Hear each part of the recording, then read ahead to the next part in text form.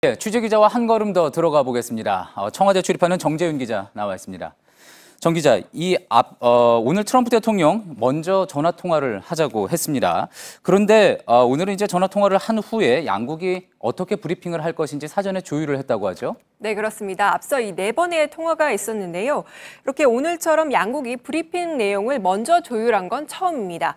청와대 관계자는 전화 통화가 끝난 후에 미묘하게 차이가 있어 보이는 부분들이 엇박자처럼 보여서 정의용 안보실장이 양국 간 브리핑문 조율을 먼저 제안했다고 밝혔습니다. 예, 그러니까 앞서 4번의 전화 통화가 끝난 후에 양국 간에 엇박자처럼 보이는 부분이 있었다, 이런 이야기인데 어떤 내용을 구체적으로 이야기하는 겁니까? 네, 오늘이 5번째 통화인데요. 이 취임 축하 전화를 제외하고는 모두 이 북한의 도발 직후에 이뤄졌습니다.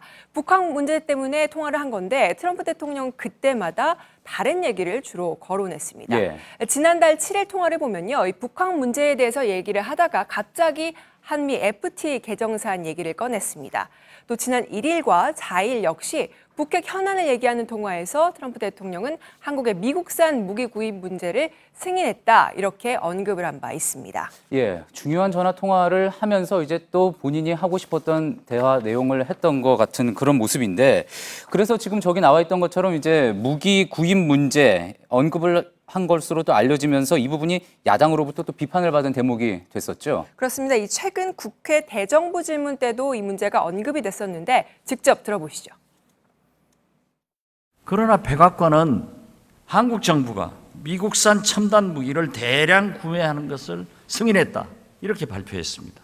우리 정부는 왜 이 사실을 숨깁니까? 합의 안 된 거 아니에요? 제 말씀을 드리겠습니다. 구체적인 무기 구매에 대해서는 언급이 없었습니다. 박 의원님께서 한국 청와대보다 미국 백악관을 더 신뢰하지는 않으시려고. 그렇습니다. 저는. 네, 이 총리가 답변했듯이 언급되지 않은 내용을 백악관이 먼저 꺼낸 건데 내용도 모호해서 여러 추측만 나왔던 그런 상황입니다. 예, 그러니 앞서 이제 청와대 관계자가 얘기했던 것처럼 엇박자가 나고 있는 것처럼 그렇게 보일 수 있는 대목이 되겠군요. 트럼프 대통령이 그런데 이제 다 우리뿐만이 아니라 다른 나라 관계에서도 이런 식으로 어떤 대화 후에 일방적인 주장을 편 적이 있었다고 하죠. 맞습니다. 이런 사례가 앞서도 있었는데요. 이 트럼프 대통령은 지난달 28일 핀란드 대통령과의 회담 직후 가진 기자회견에서도 핀란드가 미국 전투기를 구매하기로 했다, 이렇게 말을 했다가 핀란드 측 곧바로 부인을 하면서 논란이 된 바 있습니다. 예. 이건 이 외교 결례를 넘어서 사실상 사실관계 왜곡에 해당하는 건데요. 우리 정부의 경우 북핵 위기 국면에서 한미 공조를 강조하고 있는데 이 미국 대통령이 이런 일방적인 얘기를 자꾸 꺼내면서 우리 정부의 대응이 쉽지 않은 그런 상황입니다. 예, 그렇게 반복이 되다 보니 어찌 보면 계산된 행동인가 발언인가 하는 그런 의문도 품게 되는 그런 상황인 것 같습니다. 트럼프의 이런 돌출 행동에 대해서 그런데 미국 내에서도 우려가 나오고 있는 모습 같습니다.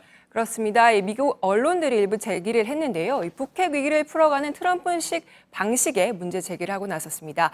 이 워싱턴 포스트에서는 트럼프 행정부가 엇갈린 메시지를 내서 동맹국들에게 미국의 의도가 제대로 전달되지 않는다고 지적을 했습니다. 예. 그러면서 한 예로 든 게 트럼프 대통령이 사드 배치 비용 문제를 언급했다가 맥메스터 보좌관이 바로잡은 걸 한 예로 들었습니다. 북핵 문제 해결에 있어서는 동맹국들과의 한 목소리를 내는 게 중요한데 트럼프는 이런 위기 국면을 비즈니스 기회로 삼는 게 아니냐, 이런 지적이 나오고 있는 상황입니다. 예, 그렇군요. 사실 또 이 북핵에 대한 해법으로 또 국내 일각에서는 전술핵 재배치 필요한 거 아니냐, 전략자산, 핵잠수함 같은 전략자산 미국이 배치해줘야 되는 거 아니냐, 뭐 이런 이야기도 나오고 있지만 정작 트럼프 대통령은 이런 부분에 대해서 고려하고 있지 않은 그런 모습이군요. 미국에서는 현재 이 비용적인 문제나 또 중국과 러시아 이런 관계를 감안해서도 이미 공식적으로 하기가 좀 어렵다는 그런 부정적인 의사를 밝힌 상황인데요. 예. 이번에 뉴욕에서 문재인 대통령과 트럼프 대통령이 만날 기회가 있으면 여기 이 자리에서 어떤 입장을 보일지 역시 관심이 주목되는 부분입니다. 예, 정치부의 정재윤 기자였습니다.